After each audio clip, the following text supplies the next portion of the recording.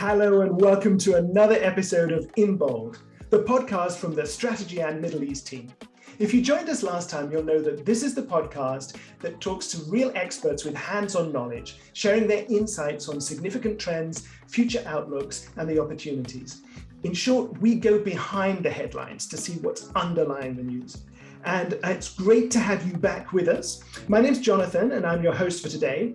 And if you joined us in the last couple of episodes, you know we've been exploring the world of gaming and looking at how to capitalize on these opportunities both globally and in the region.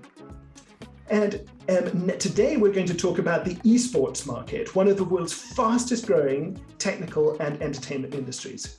And it's been witnessing a lot of growth and momentum over the last year or two. COVID has inevitably had an impact, but there's also many other factors underlying the growth here. And I'm delighted that we have two real experts to help me understand more and help us understand this market better.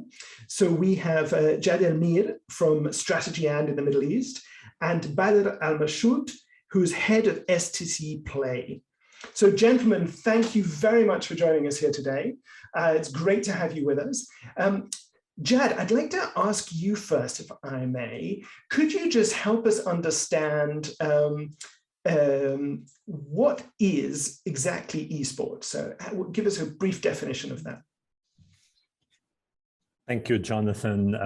Lovely to meet you, and great to be here together with Badr and discussing this exciting topic. Look, in simple terms, eSports is basically making online gaming a spectator sports. So you can imagine it as the experience of watching a professional sports event, but instead it will be video gamers competing against each other rather than actual sports players. So in that case, professional gamers compete against each other in leagues, tournaments. Then you have streamers that produce content around their gaming behavior for fans to consume. All of this is actually a great opportunity for advertisers and sponsors to reach a wide audience and for content providers to distribute entertainment content to a large audience as well.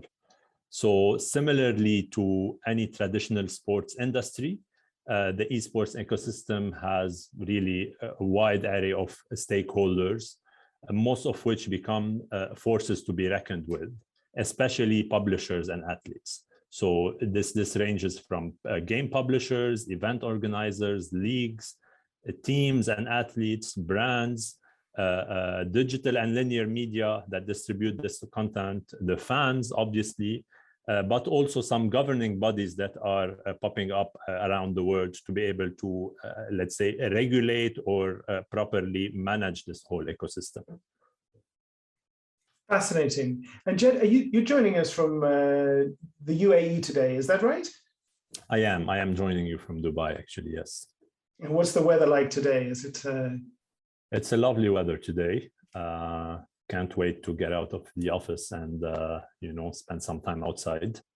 But yeah, it's a great time to be in Dubai, actually, from a weather perspective. Super. And Badr, where are you joining us from today? Hey, Jonathan. I'm actually joining from Riyadh, Saudi Arabia. Mm-hmm. And glad to be in such a nice podcast with a great topic to discuss. Fantastic. Badr, while we've got you, tell us a bit about what's been fueling the growth in esports recently. It's been growing massively. Is this just a COVID phenomenon, or are there more factors underlying that? Well said, Jonathan. I think big part of that was the COVID phenomenon, and which actually put people in a position where they need to spend more time, and gaming eventually was one of these segments that had a great attraction into that. And the concept behind it was putting people together with the social distance that it's there. The online gaming has played a big role. Not to forget that gaming by itself considered as one of the biggest, if it's not the biggest, media segment, I would say, and that's even before COVID. So yeah, COVID has played a great role on that, definitely. Yet, in general, it is one of the biggest considered media segment. And the growth continues, right? Now we're coming out of the pandemic time. Definitely. Definitely. The potential growth that we're seeing in gaming actually comes across different elements. The phenomena of eSports that actually puts a bigger lifetime for the game after it gets published. You've got fans watching those games being played. You've got professional players being trained to play a specific game.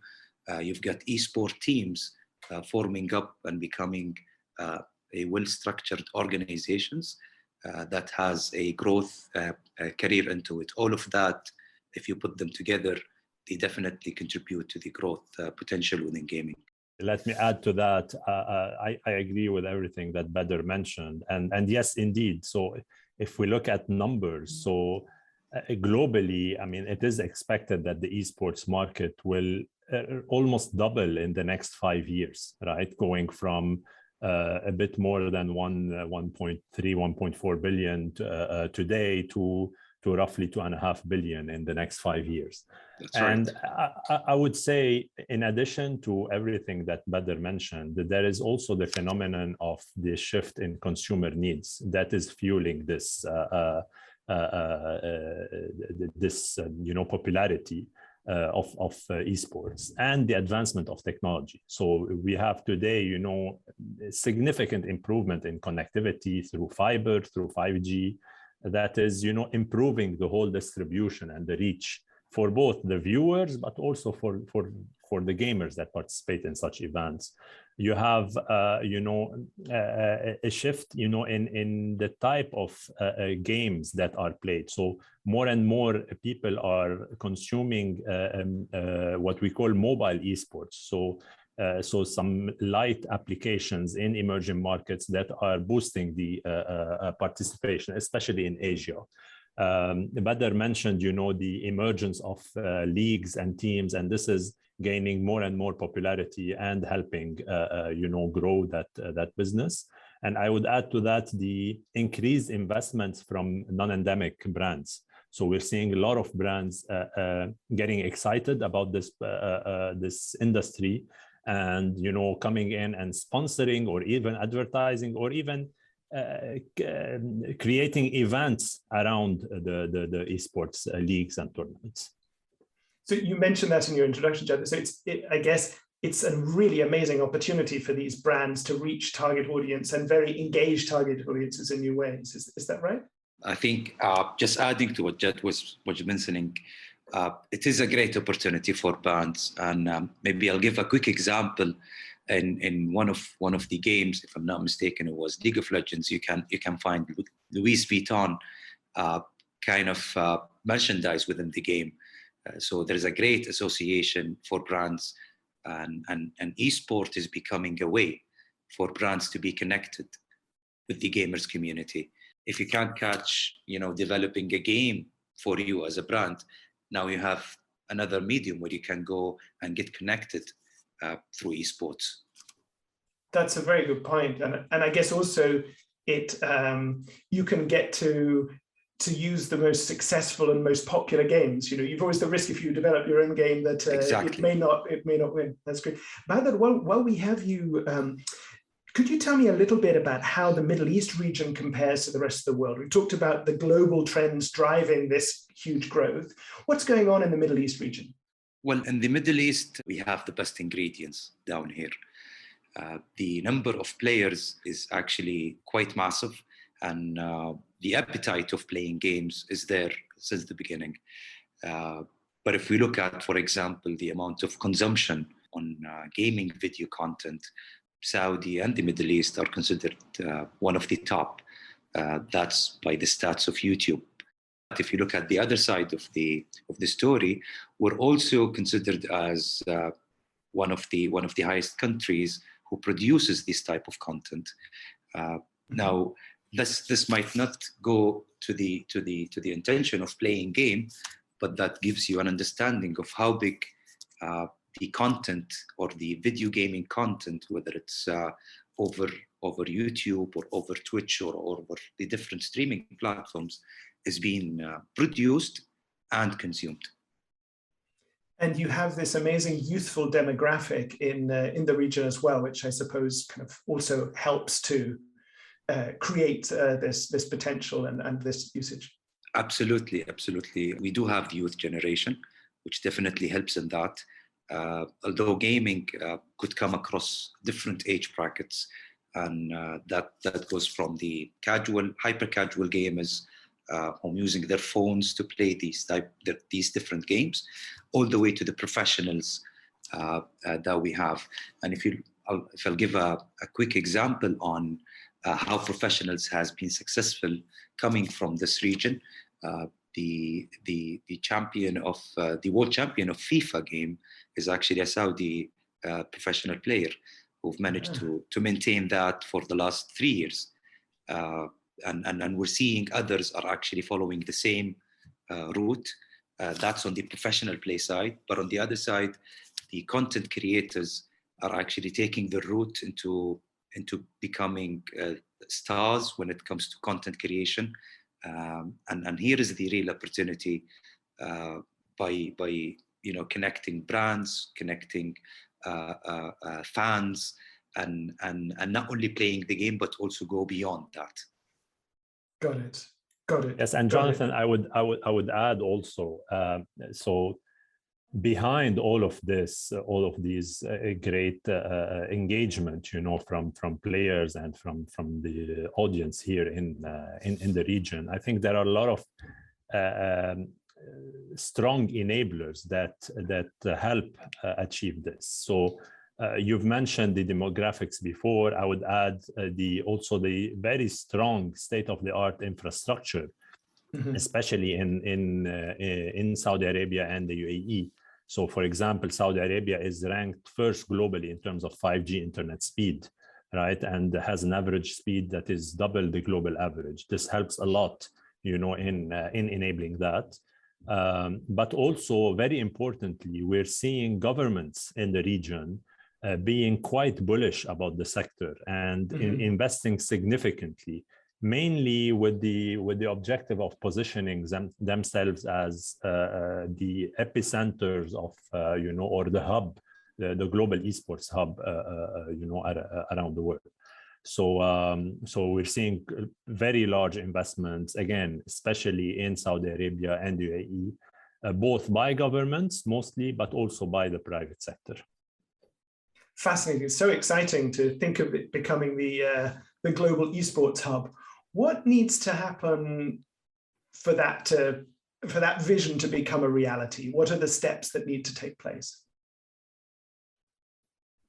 I think for that vision to become a reality, I mean, you need to prepare all the enabling factors that would support that. So be it from an infrastructure perspective, from a governance perspective, but also from an education. So training those athletes, developing or creating academies that would coach and that would, bring those players from the grassroots to becoming professionals, and being able to kind of create a certain mechanism where everyone would be interested, to come to the region, participate in large events or large tournaments in the region that are at the global scale. Maybe I spoke a bit about investment. So one of the most recent investment is what the Savvy Gaming Group, which is an entity created by the Public Investment Fund of Saudi Arabia, the large-scale acquisition that they recently did, acquiring ESL, one of the biggest names in esports events, and Faceit, both for a value of $1.5 billion. So this is really showing you how much the leadership in the countries here in the region are really keen on positioning their countries as, at the forefront of esports. Badr, you're at the heart of this, making this happen on the ground at STC Play. What are you seeing? And could you tell me a little bit about the challenges, but also the opportunities? What are the opportunities for all the different players? Perfect. So the way we looked at it, especially coming from STC, which is one of the biggest digital enablement mobile operator, I would say, the way we look at it is how do we enable such an industry to put it on the road for growth? How can we bring the different parties within the industry to be connected, capitalizing on the infrastructure that we have? And I remember we've done that in different non-telco industries. So in media, we've done that in the video distribution and fintech. We've done that by introducing STC Pay, which is about to become the first digital bank in Saudi. And that was all built on top of the infrastructure. So I second Jad on the enablement part, which is truly required for ensuring the growth. That's one part of the story. The other part of the story is the way STC Play wanted to venture into that is basically by introducing an engagement platform. So we believe that starting it from the ground up, looking at the community itself, what does the community want, putting the trust in the community that there are brands that are bringing things together. There's a career path into that.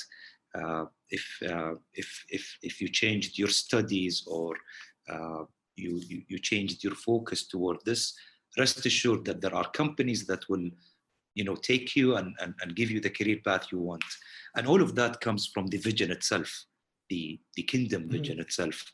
The investments that were mentioned by Jad, those are only, I believe, the starting point of ensuring the trust and the other movements that comes from a digital enabler like STC is to ensure that there is an enablement and it's for the community now and for the other parties to capitalize on the momentum and increase or foster the potential growth that might come. You've spoken about the opportunities, obviously great opportunities for players, for content creators, and for brands. What other parties could benefit from this momentum, from this vision to become an esports hub? Well, I think if I look at across different industries, and I'll give you something that is far away from that. You could talk about restaurants that could benefit out of that. You could talk about cafes that could benefit out of that. We believe that gaming will be in the heart of every different industries. I remember a research that we've looked at that some hotels are actually looking at creating that gaming theme. So it's becoming a segment, it's becoming a theme that everyone should adopt for them to get closer to the potential new consumers that we're having today. I mean, it's endless. How would you put that together? And I remember one of the articles that I've read. It says that big number of the communicational briefs that brands will be coming out with are gaming related, and that's all towards connecting your brands to gamers. It just reminds me 10 years ago or 15 years ago when social media were the talk of everyone and everyone wants to be available in the social media. I think that thing is happening again with gaming. Yeah, and I would add to that. So just imagine the scale that this would give to anyone, to any brand, but also to any performer. You have millions of people, a very large audience that is attending such events.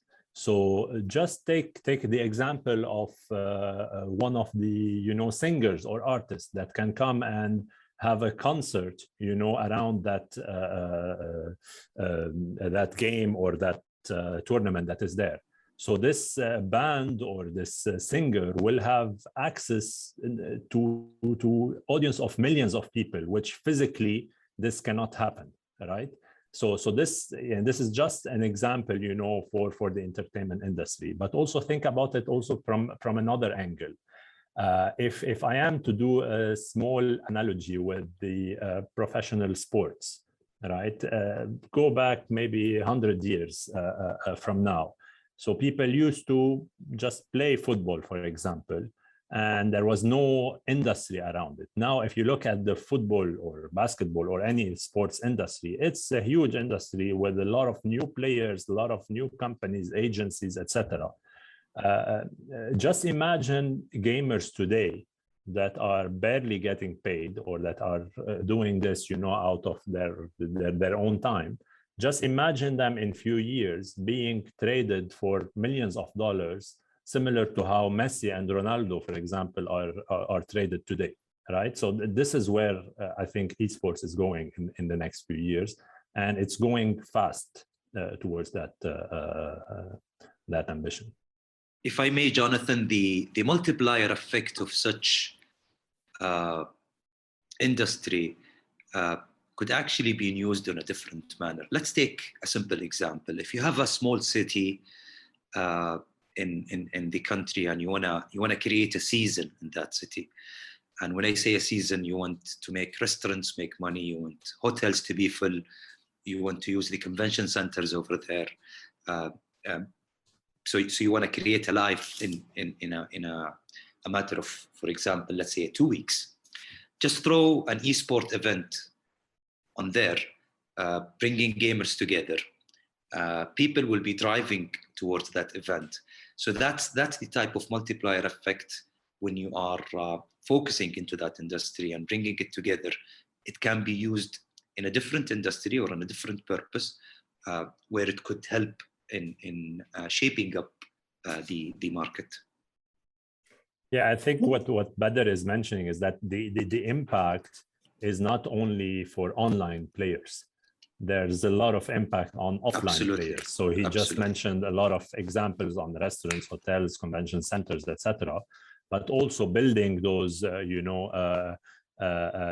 gaming centers where you host players to come and play against each other or create content from that and distribute it.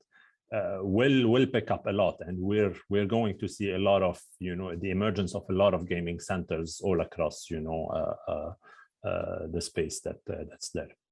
It sounds fascinating and very exciting, but what are the challenges? What could get in the way of this? What needs to be overcome? What should all the stakeholders, and you mentioned a lot of sort of government sponsorship and government vision here, what do they need to be thinking about in order to make this happen?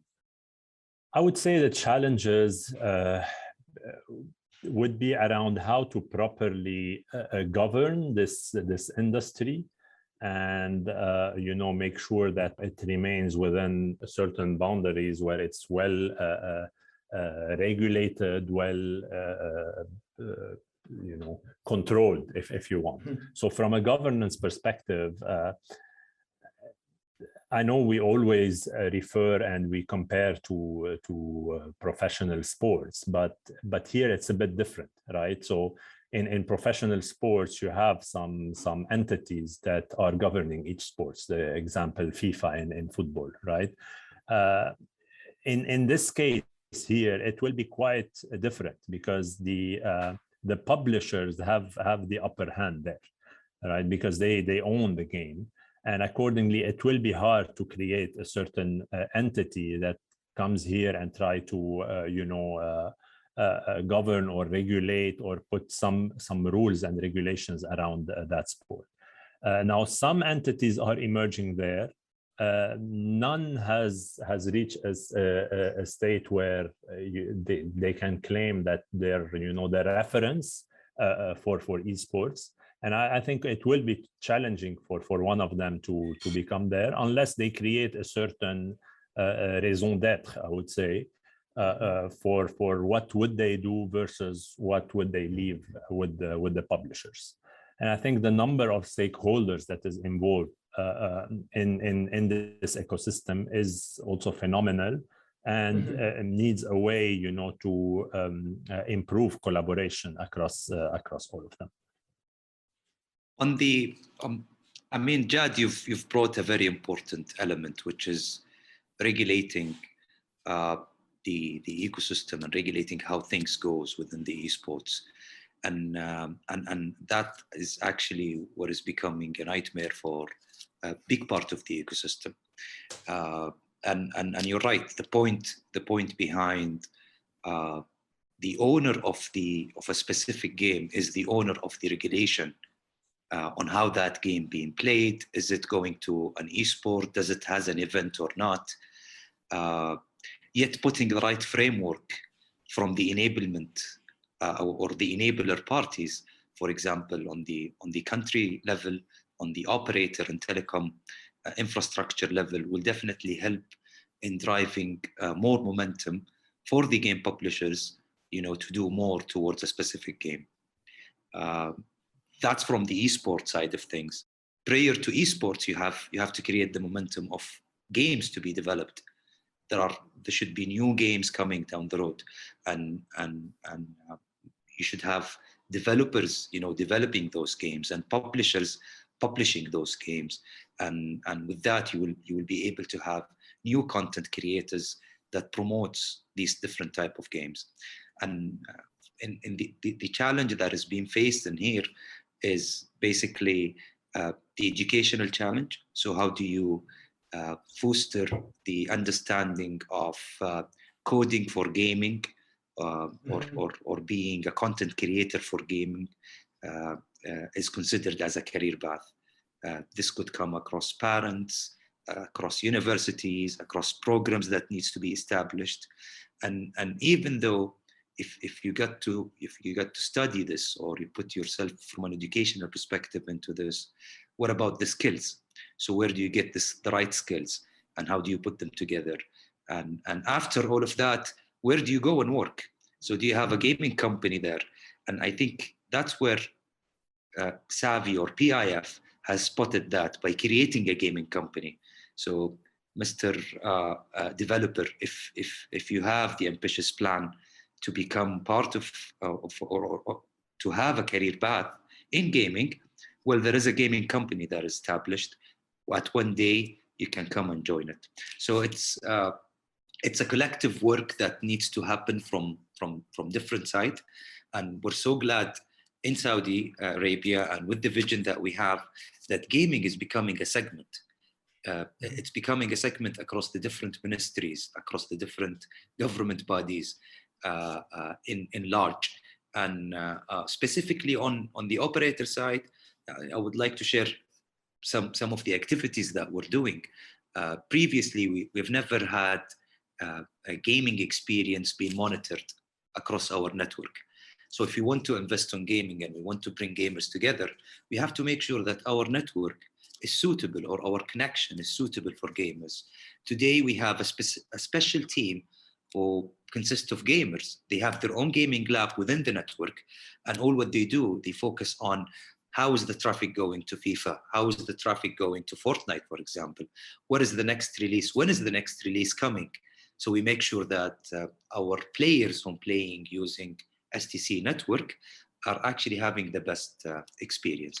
All of that will definitely help in releasing some of the challenges, and accordingly supporting the growth of the industry. I think this is spot on. Maybe let me, if you allow me, just to add one small thing. I think Badr hinted to it, but even on the soft side, and when we want to talk about challenges on the soft side, so I think all over the world, the cultural acceptance, for someone to say that I want to build a career as a gamer, or as a streamer, is still not there yet. I mean, take me, for example. If you ask me, or if my daughter comes in 10 years and tells me I want to become a professional gamer, I would still be puzzled, right? So maybe in 10 years that would be different, but I think it's not the same as a doctor or a lawyer, is it? No. Exactly. I mean, this cultural acceptance needs to evolve.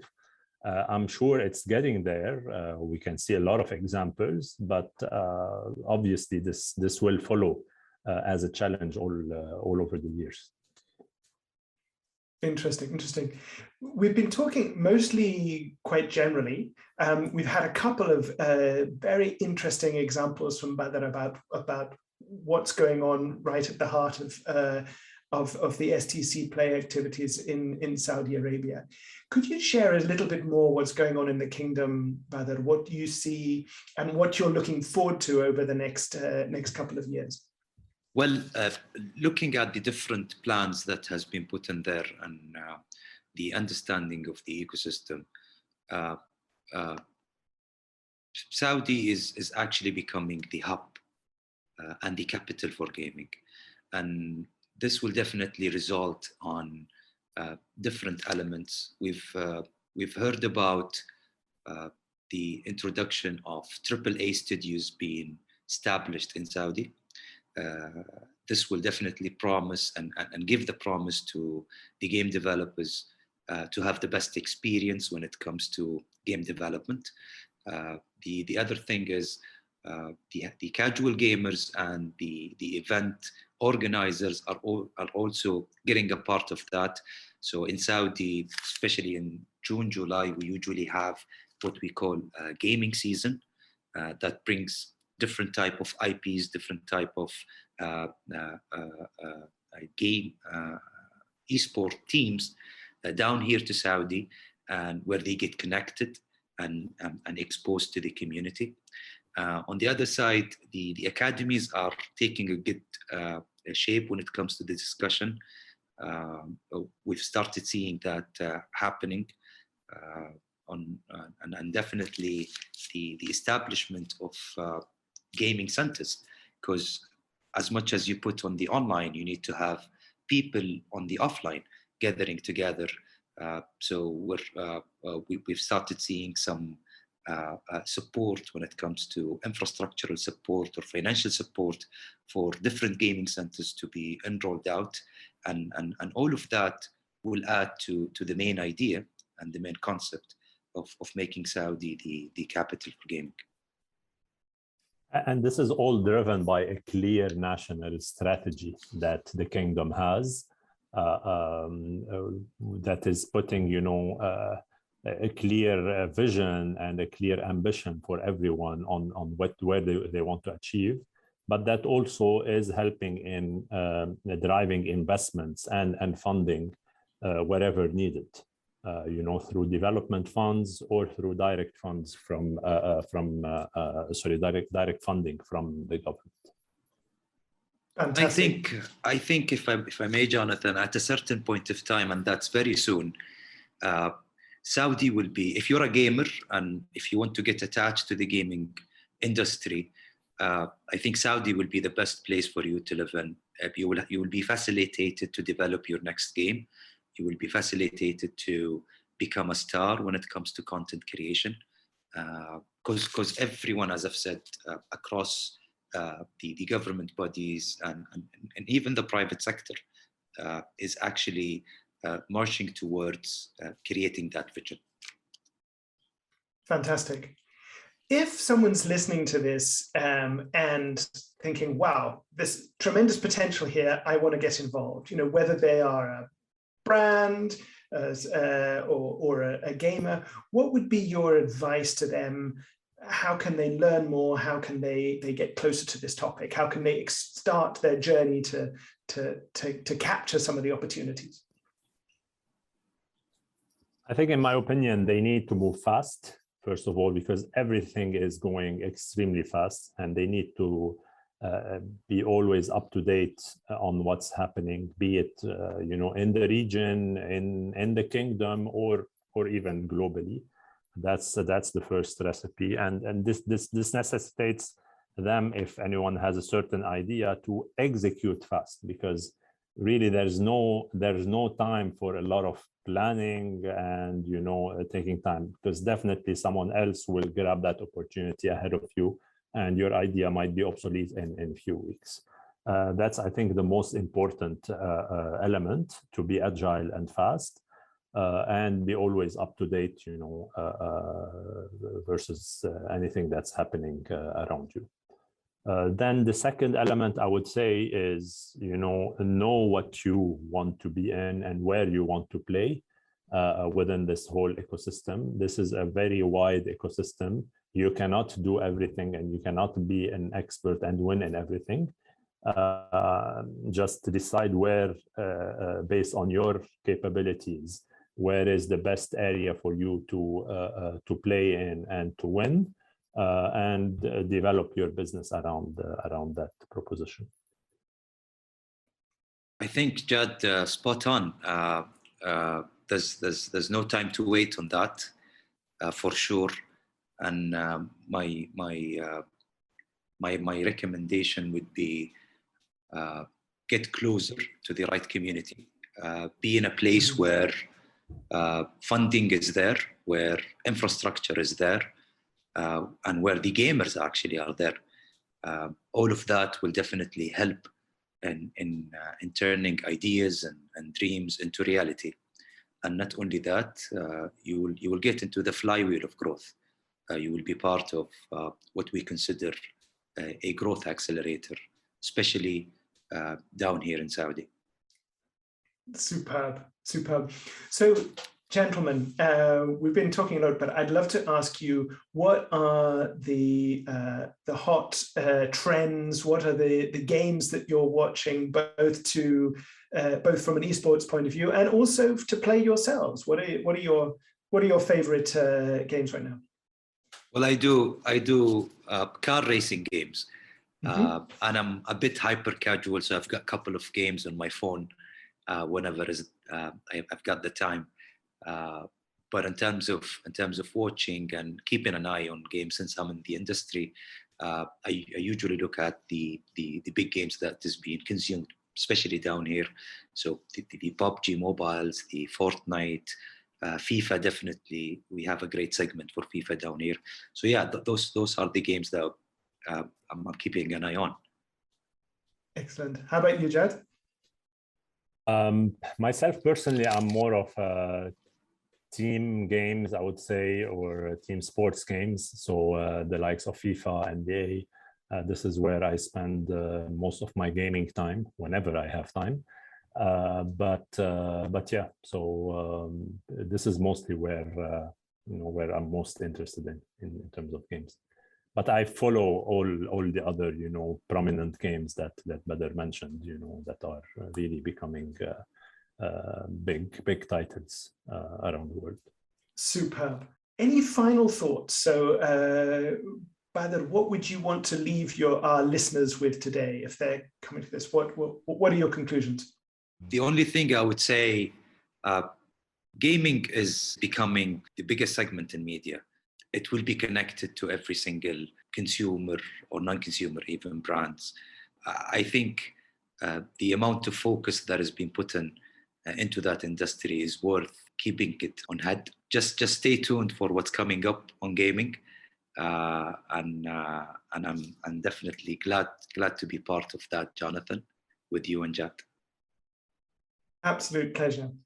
From my side, I would say what's happening in the industry, in gaming and in esports more specifically, is phenomenal. And I think everyone, all industries, will need to keep an eye on this, because I think everyone has a part to play in this, be it a real estate provider or just an advertiser or a telecom operator or whatever industry you're talking about.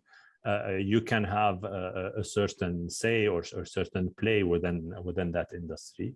Add to that all the individuals and consumers, be it gamers or streamers, that can potentially become, the next Ronaldos and Messis of games. Jad, Badr, thank you so much for your time today. I'm afraid that's all we have time for today's episode, but it's been a fascinating chat. I've certainly learned a lot, and I can tell esports is flying in the Middle East. And very importantly, thank you, dear listener, for tuning in today. I hope today's episode provided some insight and ideas on the tremendous opportunities and growth potential in esports. You've been listening to the In Bold podcast from the Strategy and Middle East team. Thanks to my guests Jad Elmir from the Strategy and Middle East team and Badr Al-Mashoud, the head of STC Play in the Kingdom of Saudi Arabia. Don't forget to subscribe to the channel, and whilst you're there, give us a like and leave a review. And we'll see you on the next episode of In Bold.